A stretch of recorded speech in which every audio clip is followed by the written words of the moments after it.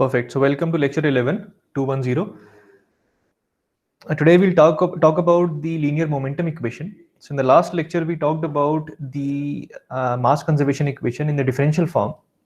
So today the agenda is to talk about the momentum equation or the linear momentum equation in the differential form.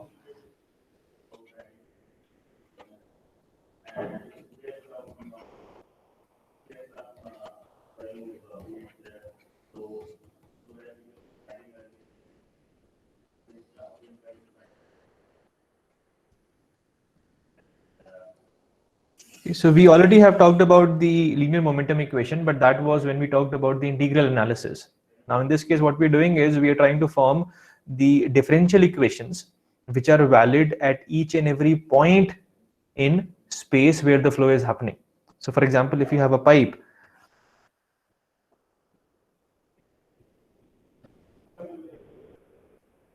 okay, so in this pipe there is a flow that's happening. So these equations that we'll be developing will be valid at any point. Let's say this is an arbitrary point. So this differential equation will be valid at this point and at all other points where the flow is happening. Okay, so that's the whole idea of developing the equations in differential form. And remember, the aim in this case, like previous times, has been to get the flow field. Okay, so in the previous lecture, we talked about the continuity equation, where for a given flow field, it should satisfy that equation. So any arbitrary flow field is not a solution of the is not a solution that satisfies the mass conservation equation. So today we'll figure out how to find those candidate solutions for the velocity vector fields. So let's start. So let's take an infinitesimal control volume as we did in the previous lecture. So to formulate the momentum balance at a given point, we'll use the same strategy. We'll start with an infinitesimal volume, and we'll assume that inside the volume the velocity field does not change.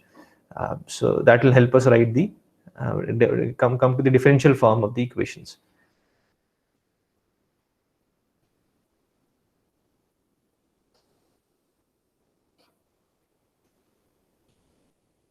Okay, so this is our infinitesimal volume. We'll use the directions x, y, and z as shown in this figure. Okay, and we already know from the Newton's second law that the net force acting on a system is equal to the mass of the system times its acceleration. Okay, so if I have the flow, I mean this infinitesimal volume is taken inside a flow field. So this is centered, I mean this is an infinitesimal volume around a point P. Then if my continuum theory allows me to define acceleration at continuously at points, so I can define acceleration at point P as well. And then if I am able to find the net force acting on the particles which are contained inside this infinitesimal volume, then I can write this equation. That is the Newton's second law. Okay, so this is, as you remember, a second law is valid for particles, for system, not for control volumes, as we already have discussed. Okay, so we'll start. This is our starting point. Now, acceleration, as we already have seen, is written as dv by dt. Okay, and the infinitesimal mass contained in this infinitesimal volume is nothing but the density times the volume of this infinitesimal control volume. Okay, so let's write d omega as dx times dy times dz.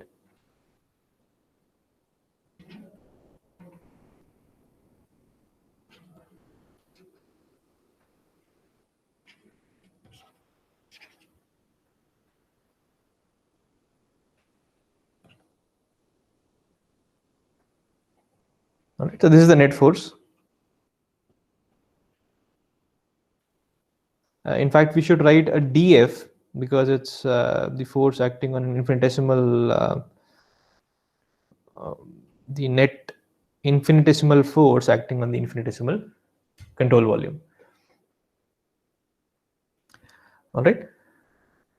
And we also know from our understanding of material derivative that this dV by dt can be expanded to del V by del T plus the convective part,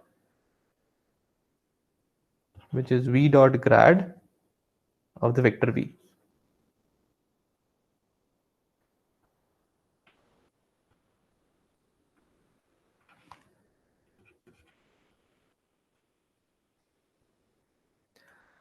So this we'll call A because we'll be using this later.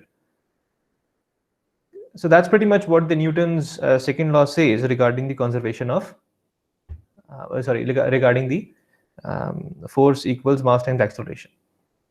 But this net force or the infinitesimal net force acting on the control volume is something we have to find out. I mean, that has to be given to us. Okay, so what we do typically is when working with these kind of fluid mechanics situations, we classify the net force into two types. So so one type is called body forces. Okay, this is simply a classification. Okay, this is not an actual kind of force, it is simply a classification. And the second type is called surface forces. So let's talk realistically. So if you have a fluid flowing, let's say down an inclined plane or down in a river, then it's the gravity force is acting. Okay, so gravity is a body force because body forces are the forces which act on volumes or masses. So the net gravity force is on an infinitesimal mass is mass times gravity. Okay, so the more the mass, the more the body force. So an example would be gravity. Another example would be electromagnetic forces. If you have electric charges contained uniformly inside a volume, then the force will be proportional to the volume. So I'll write EM forces. Because these are body forces which act on the volume or the content in the mass. Now the other kind are surface forces. So these forces are the forces which act on the surface only. They don't care about what's contained inside. So if you give a more surface area, for example, it may result in a higher surface force. On the other hand, body forces simply depend on the amount of material contained. It does not care about the how you have how you have sliced the surface, how big or smaller the surface is. Okay, example of surface forces, of course, would be pressure. So pressure acts on the area. It could be viscous stresses. So if layers of fluid are slipping over each other and one layer is applying some sort of shear stress on the other layer, then this is a surface force. And think of it like friction, the surface force. The other kind could be surface tension.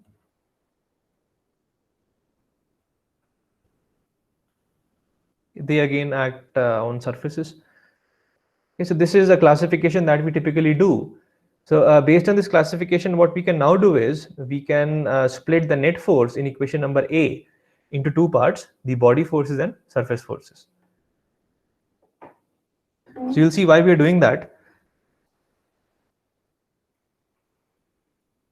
And the most common body force that we'll be considering in the fluid flows will be gravity. So let us consider only that. I mean, in case you work with situations where you have electrostatic forces or magnetic forces acting on the fluid for some reason, you can always modify this. Okay, so we'll call it dF.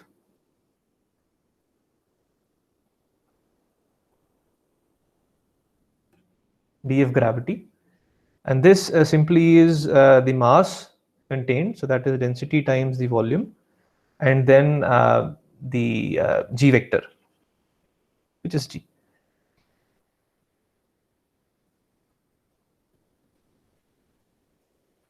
Right, so this is the body force, net body force acting on the material contained inside the volume. Now, I mean, it is in this case, since the gravity is the g vector in this case is minus g magnitude along k hat, because your z axis is going up. So we may use it, but for now we'll keep the g vector as g vector.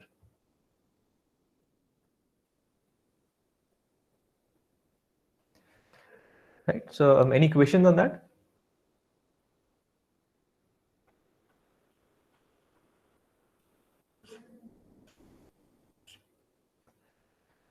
All right. The next is surface forces. So let's see at what we have done. So there's a fluid flowing, and we have taken an imaginary infinitesimal volume in the fluid, just like our free body diagrams. So you take some body as your free body, and then you think, then you consider all the forces acting on it. So for this infinitesimal volume that we have taken, that we have imagined, so of course, I mean, there is fluid on all sides of it. So let's take an example of the face that we have on the right hand side. So there is fluid on the right hand side of it, but that is not a part of our control volume. So that will apply some force on this control volume. So that force which is being applied by the fluid to the right of this face has to be considered as a surface force, because that force that the fluid on the right is applying is a surface force.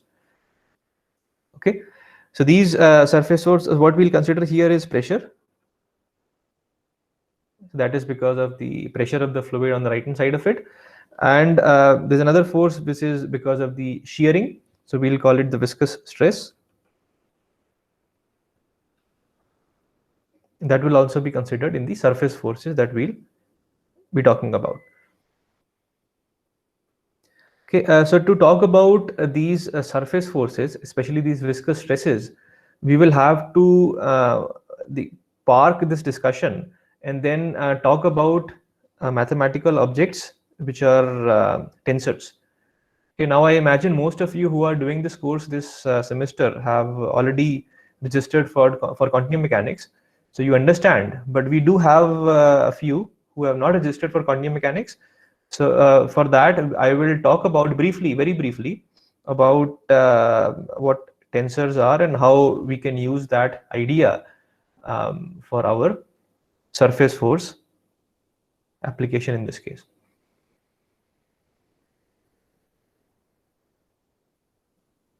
So let's draw our infinitesimal volume again.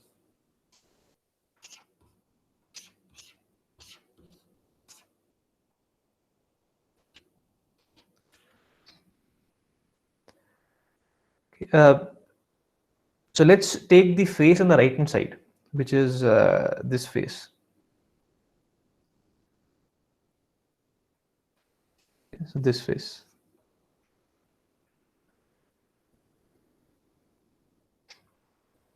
So on this face, we have, I mean, if I'm talking about the surface forces, because of the fluid on the right hand side, it will apply a force which may be in an arbitrary direction. So we will take the three components of that. So one component will be normal to this face, okay, which we'll now let's draw the axis again. Okay, so this was our y-axis, this was x, and this was z. It shouldn't be very wavy. So that's how the axes were.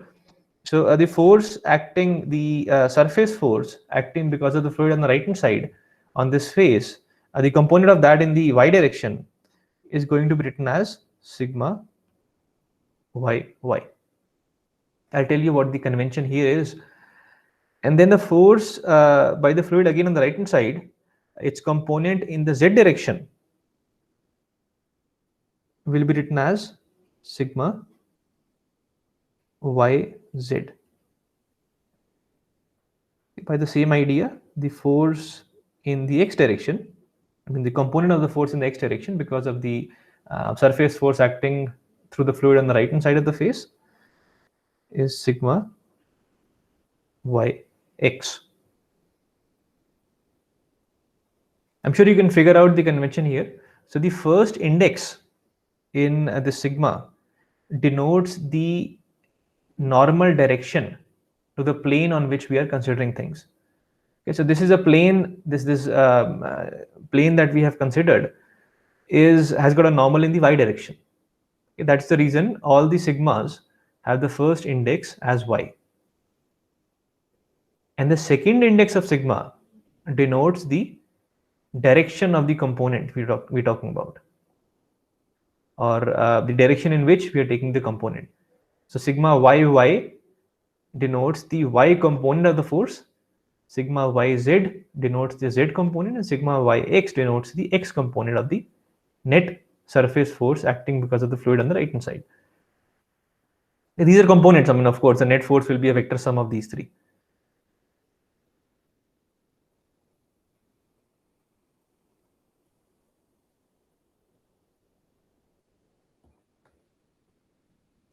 All right. Similarly, we can have sigmas defined on the other planes as well.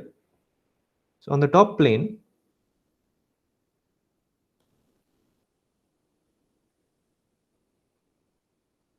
let me use the green color.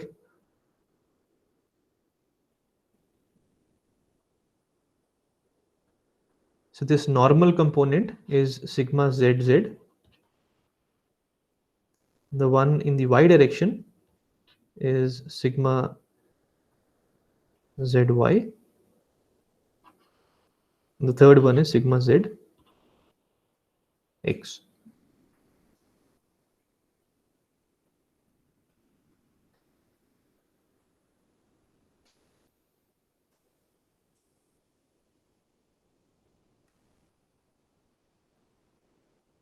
Similarly, we can have this blue plane, which is the plane in the positive x direction.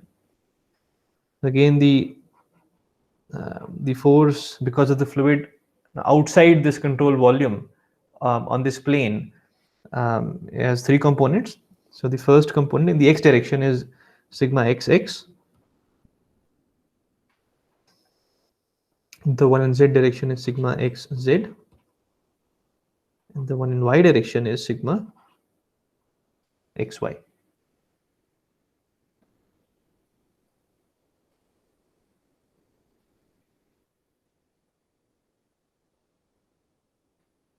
So if I had to find let's say I take the y plane.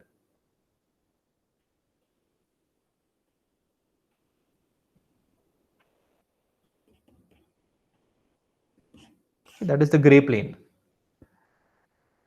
So on the y plane, the normal force is sigma yy times the area. Okay, so this is the units are stress of the units of stress.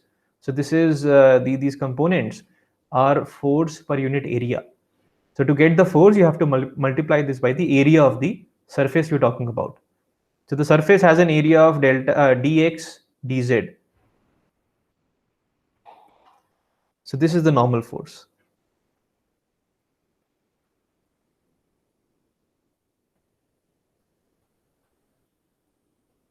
Okay, then the other two forces are the shear forces, because they are acting in the plane, in the direction of the plane.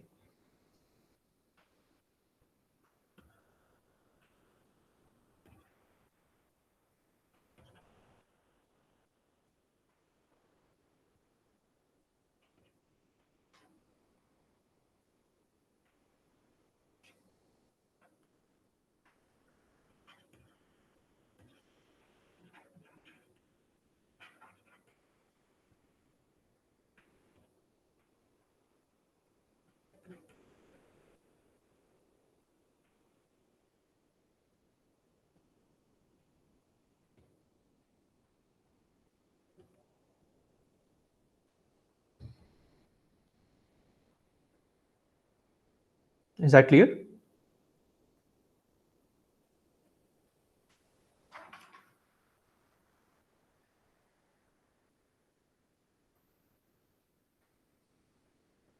Perfect. So let me make things a bit clear. I mean, although I have drawn this infinitesimal volume and shown three planes, actually this idea of sigma having 9 components, as you can see now. So we have sigma xx, sigma xy, sigma xz, sigma yx, all the way to sigma zz. So these 9 components that the sigma quantity has, it's actually defined. So sigma is defined at a given point, not for 3 planes. Okay, these 3 planes that we have drawn are for our convenience. So I'll tell you what I mean. So if you have a point P, let's say inside the fluid, then you can have 3 perpendicular planes that can be drawn that intersect at point P.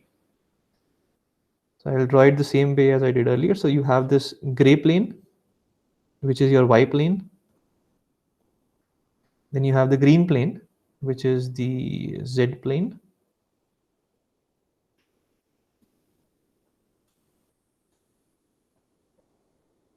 And then we have the blue plane, which is the x plane.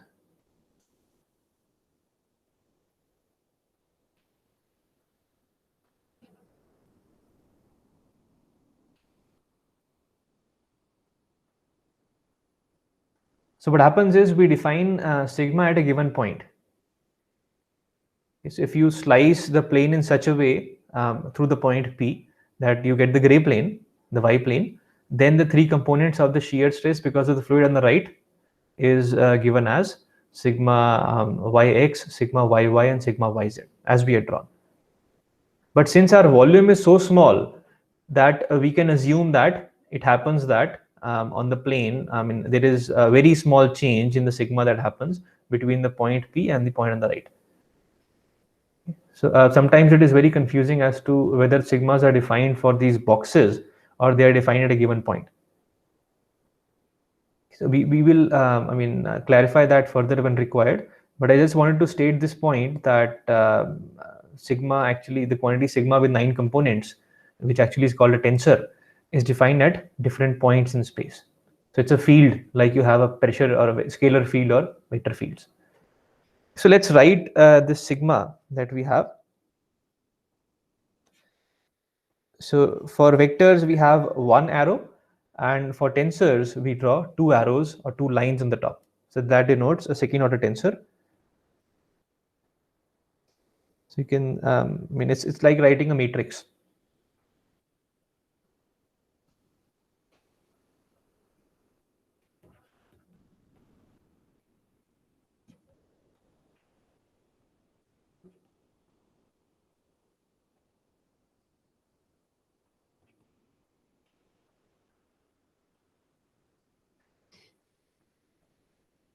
Okay, so this is called the stress tensor.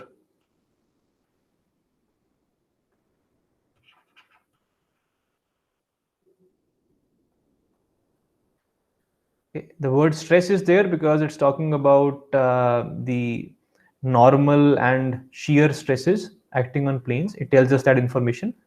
And the word tensor is there because it has this quantity that we have shown to you has 9 components, unlike a vector which has only 3 components. Again, if you're doing continuum mechanics, then you will have much more idea about what a tensor is. If not, then this information that we have discussed is enough.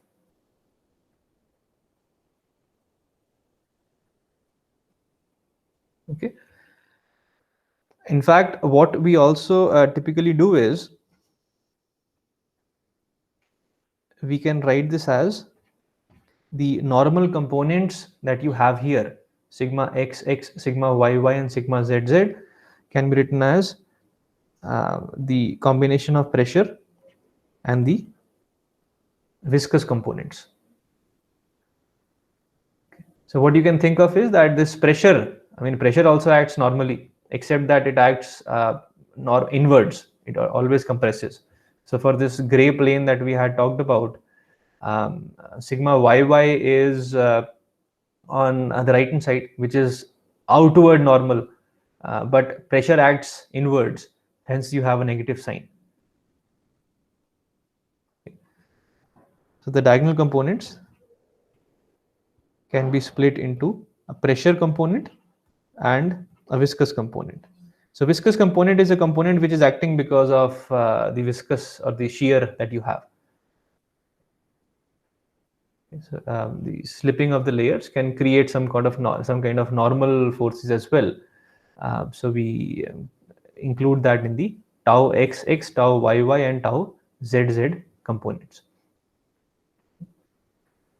So this is normal. Pressure only acts normally, so the pressure only contributes to the diagonal components of the stress. And remember, these diagonal components are nothing but the normal components that are acting on the planes. Now the shear components, pressure has no contribution, so we can still keep sigma xy, sigma xz, and so on, or we can call them tau xy, tau xz. So tau xy is the same as sigma xy. There is no extra added component.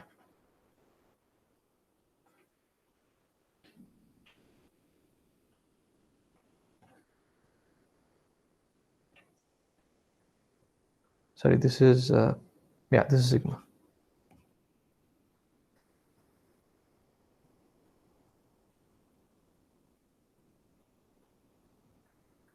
Right, so we are defining these quantities, but remember that these quantities, for example, as you had in the gray plane, you had sigma yy, sigma yz, and sigma yx. If you see this tensor quantity, then if you take a particular row, that actually denotes the three components of the surface forces which are acting on a given plane. Okay, so on the y plane, the three force components are sigma yx, sigma yy, and sigma yz, which is the second row of this tensor. So the three rows of the tensor are the three forces acting on the three mutually perpendicular planes of the infinitesimal volume. Okay, that is what the sigma is.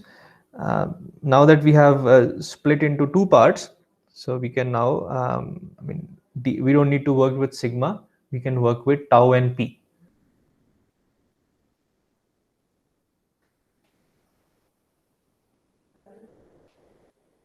Is there any question?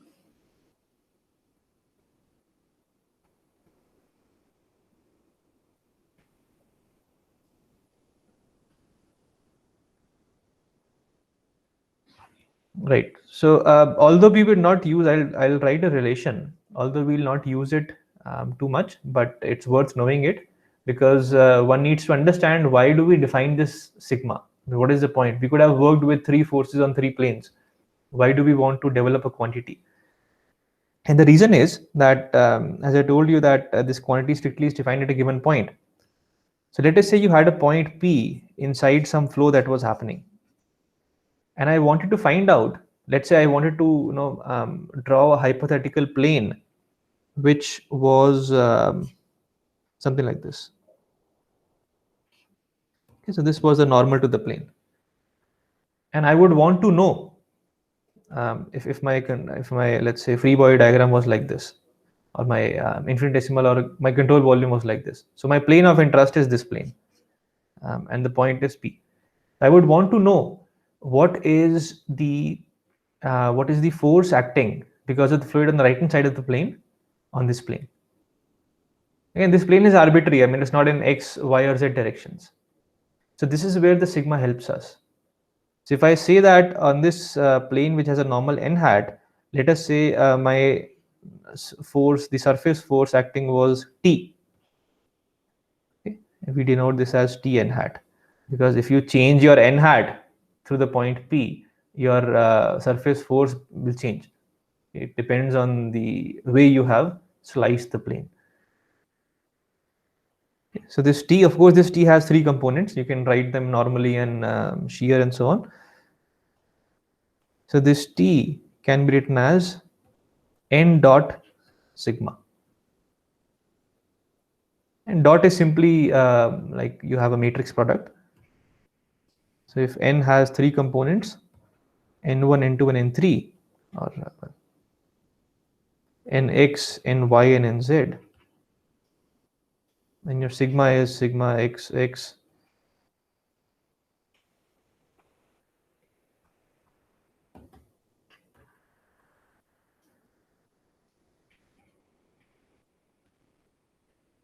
you simply have to do this product, and that will give you the three components of the stress vector T. So T is still a stress. It has three components, which are which are the three components of stresses.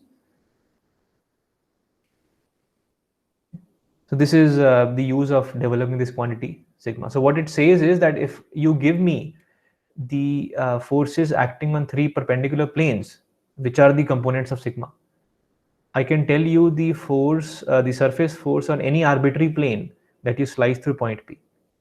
That's the beauty of this relation. Okay, this is called the Cauchy stress formula.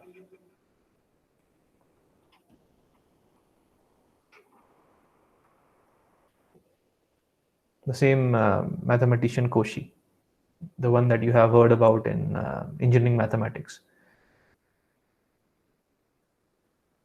Right. So we can check, in fact, if I take my n vector as, let's say,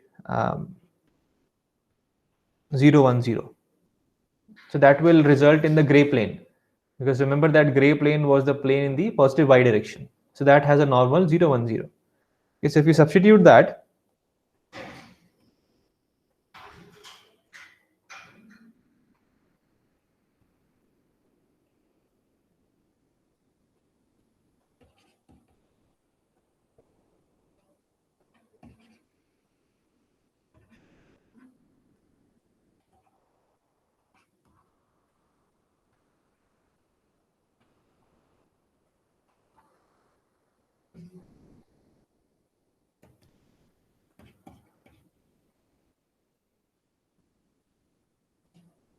okay, so if you do that, what you will see is you will get the three components as sigma yx, and then you get sigma yy, and then you get sigma yz.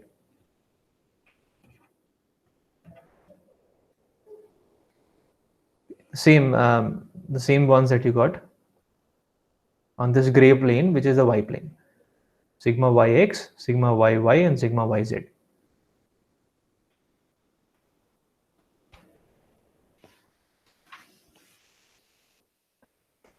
All right.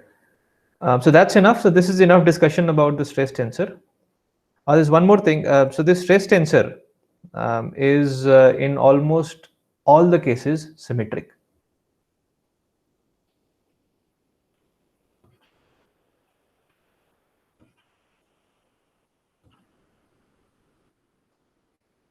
Okay, I will not want to talk about further as to in which very, very rare cases it is not symmetric, but in almost all the cases it is symmetric.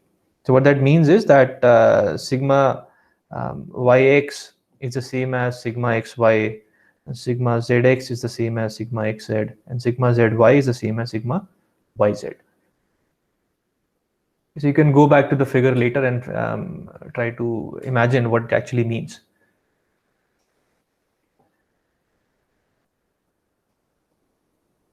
Okay, so let's move ahead. So the reason we did all this was to be able to write the linear momentum equation in the differential form.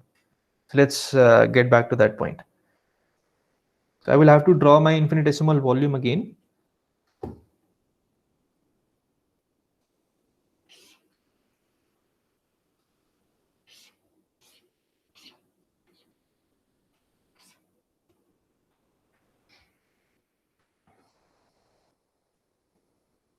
All right, so what we will say is that our sigma is actually defined. Let's not draw this. Like we have done earlier. So for this infinitesimal volume, we have the left plane.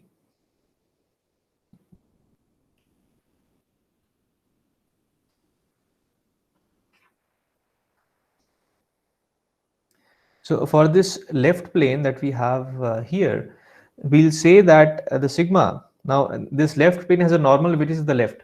Okay, so the normal stress will be the left. Okay, so this we'll call sigma yy. And since we're talking about forces, we have to write sigma yy times the area of the surface, which is dx dz. So this is the normal force, or the force in the y direction on the plane on the left. That's the whole idea. We have defined this sigma so that we can write the surface forces. Now, for the plane on the right hand side, we can use our idea of partial derivatives. So since sigma yy was for the surface on the left, so for the surface on the right, we will say that the value of sigma will be sigma yy plus the change because of the change in the function in the y direction. Okay, and then you have to multiply by the area. The same idea of Taylor series that we have used in the previous lecture as well.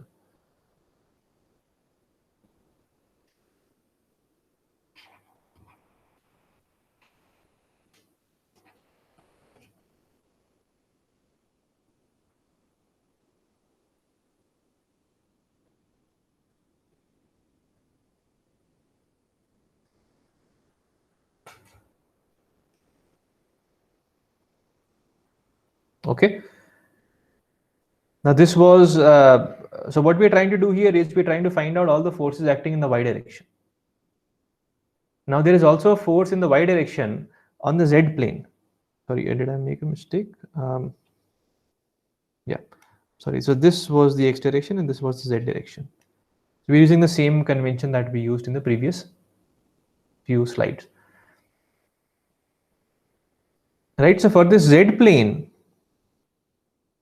the force acting in the y direction is going to be like this. Remember, we had drawn three of those. So sigma zx, sigma zy, and sigma zz. So we're interested in the sigma zy component this time. Now, there's also a sigma zy acting on the plane which has a direction minus z. So what we'll do is for this minus z plane, which is this this bottom plane, we'll take the value, we'll take the force value as sigma zy times dx dz, sorry, dx dy, and then for the upper one we'll use the infinitesimal change because of the using the Taylor series idea. Okay, now there is one more thing that we need to tell you is that this sigma zy component, if I draw on a plane which has a normal in the positive z direction, then it is in the positive y direction. But if I draw a normal to a plane which has a direction in the negative z direction, then the direction of the sigma force changes. It's simply a convention. Okay? If you have done continuum mechanics, or if you are doing it, then you will figure out that actually this actually comes from the derivation of the Cauchy stress formula. So I'll simply mention it here. So this is sigma zy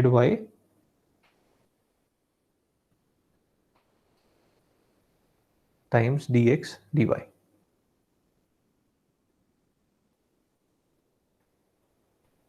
And the one on the top,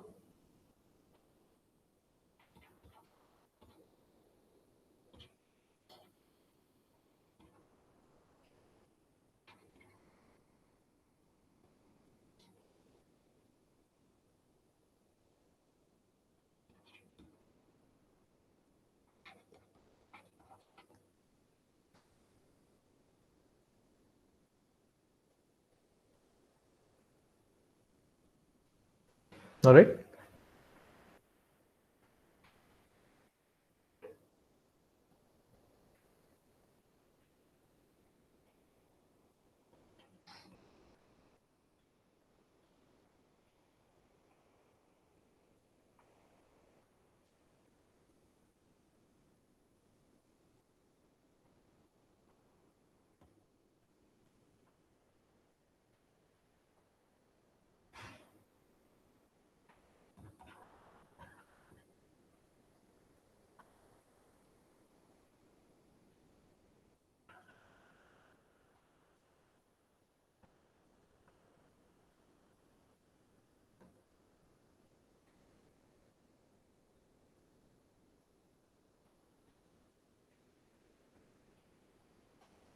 So this is very similar to the reason we have sigma yy having opposite direction on the two plane. They're always outwards. Similarly, this one is always opposite to each other. So they are shearing opposite to each other. Okay, similarly, we will have a third component as well, but I won't write that because we get the idea. The figure gets very cluttered if I write the x plane as well. So why were we doing this?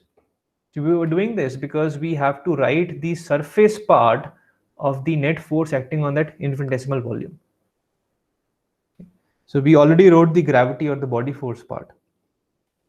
So the dF in the y direction, because we have only written the y direction components, the surface force is, so you can see that now if I take these um, these two, then the sigma yy term will cancel. So what we'll end up getting from this is del, well, let me write it here, del by del y of sigma yy times d omega. Okay, so this dy, dx, dz, that becomes a d omega. So that's the only component left. So what we'll see is what we are seeing here is that the force, the surface force acting on this volume is because of the change in the sigma values as you go from left to right. If the sigma value was not changing for some reason, then you will not see any surface force. Okay? It is the change in sigma with space, the spatial variation in sigma, that causes a surface force. Now we have to write the other components as well. So let's see the z component, which is this one and this one. Again, the sigma zy will cancel out. So it's only the del by del z of sigma zy that will contribute.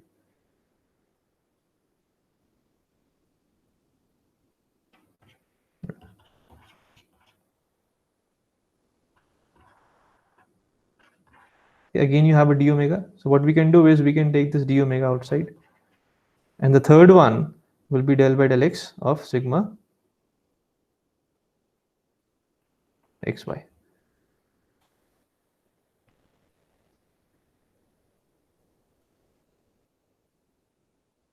So what we have done is we have been able to write the surface force acting in the y direction, which includes both the normal as well as the shear forces acting on the y and z planes. We've written that in terms of our sigma components. Sigma is something we defined. We told you that sigma is defined in a certain way. It has 9 components. So what we're trying to do is we're trying to do everything in terms of that sigma. That will make the equations very compact.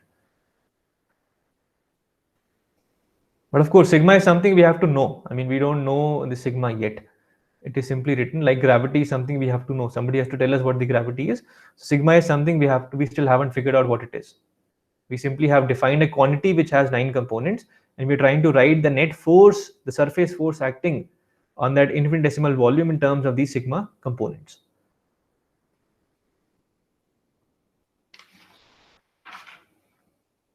So what I can do is I can also, well, this is fine, and I can now also write df on the in the x direction.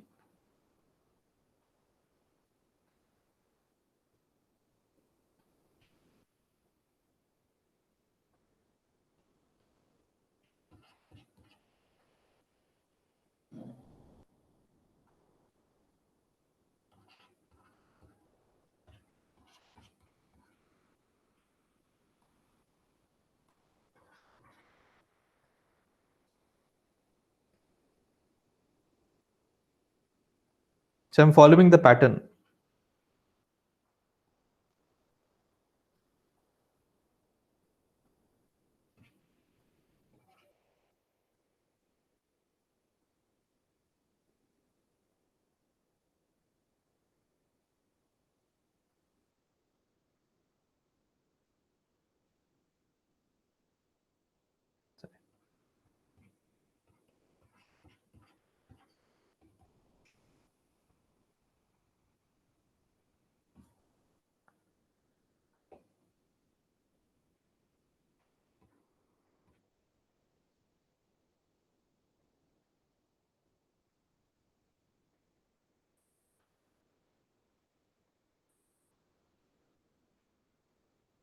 So that's it. So we have been able to write the three components of the surface force.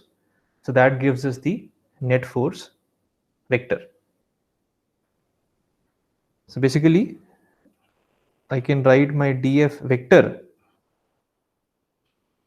surface as the first dfx times I hat plus dfy times j hat plus dfz times k hat. And this is where you will see that things will get very, very compact, because remember that these sigmas, there was a relation between sigma and tau, sorry, sigma and tau, yeah. So sigma xx, which is this one, was written as, let me go up and show you. So sigma xx was written as minus p times tau xx plus tau xs. Okay, so I'll make the substitution here. So I want to write everything in terms of tau rather than sigma. Okay, so I'll do it in this step only. Um, let's see if I can copy it.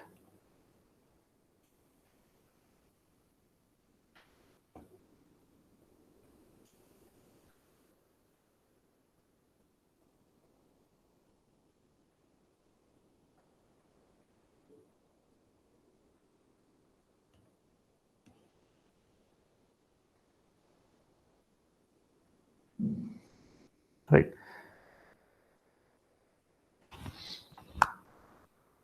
Okay, so I can write this sigma xx as minus p plus tau xx, and then sigma yx can be written as tau yx, and sigma zx was the same as tau zx.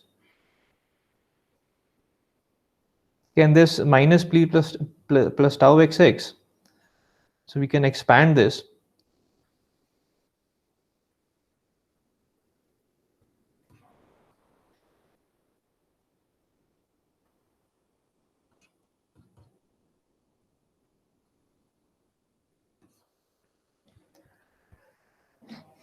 Okay, and similarly we'll have the y and z components as well in terms of these quantities.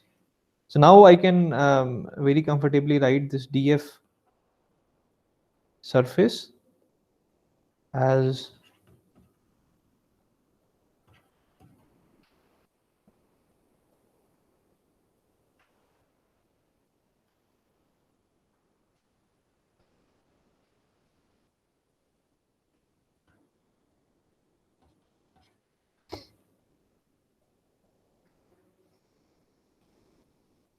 and this dfx surface is this quantity. So what will happen is that we'll have a minus del p by del x I hat plus del p by del x y j hat plus del p, sorry, we'll basically have a minus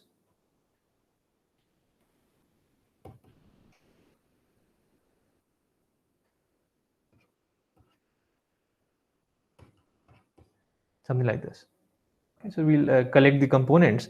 So what we'll ultimately be able to write is, I'll write the final expression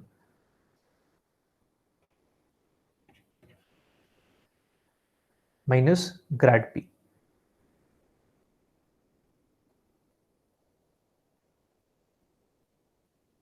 All right, and the tau parts will actually become the divergence of the tensor tau. Okay, and this whole thing is multiplied by d omega.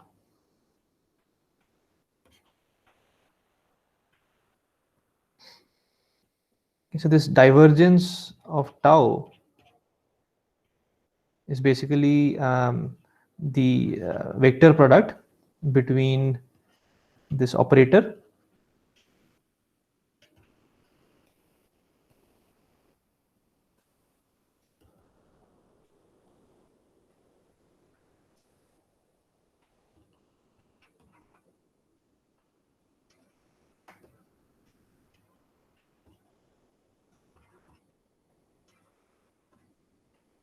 and this tensor tau.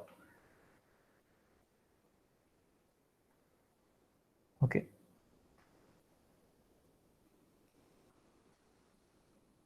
So I think we are out of time. So I will stop here. It was quite an intense uh, lecture with lots of new stuff that we've talked about in a very hand wavy sense at places.